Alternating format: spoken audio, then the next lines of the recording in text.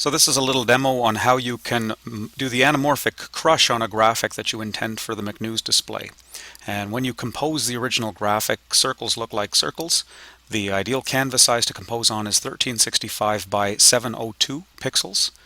And by the time we're done with the anamorphic crush, we're going to squeeze that down to 1024 by 702. And things will look more egg-shaped, but when they're put back on the widescreen displays, everything's going to be stretched out nice and wide and look like that again. So it all starts in Adobe Photoshop, and in Photoshop I've already composed the piece. It's got all the layers all together, and I'm going to make sure I always file and save the piece as a PSD first and foremost, in case you want to go back and rework it or change dates or use it again another time. But now to turn it into an anamorphic JPEG for use on the system and to submit that, we're going to go to File and Save for Web. And Save for Web, typically you should be saving as a JPEG in very high quality. That's about an 80% quality. And normally the constrained proportions should always be on with this. We don't use this often, but for this particular application, to crush it down, we're going to turn off constrained proportions, and we're going to alter the width from 1365 down to 1024. And then we hit apply. It will squeeze the thing together. What used to be a circle now looks like an egg, but that's okay. That's the shape it should be in for the anamorphic widescreen display. Now to get this thing saved, hit OK, and save it in a logical place on your My Documents folder.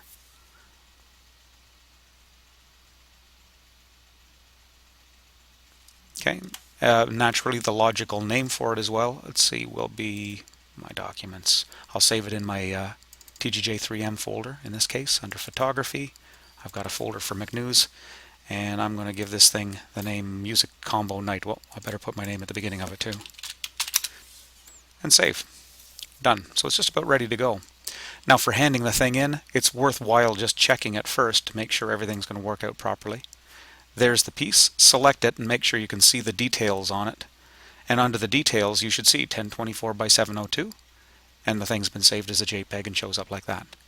To hand the thing in, I'm going to open up my computer. Here it is.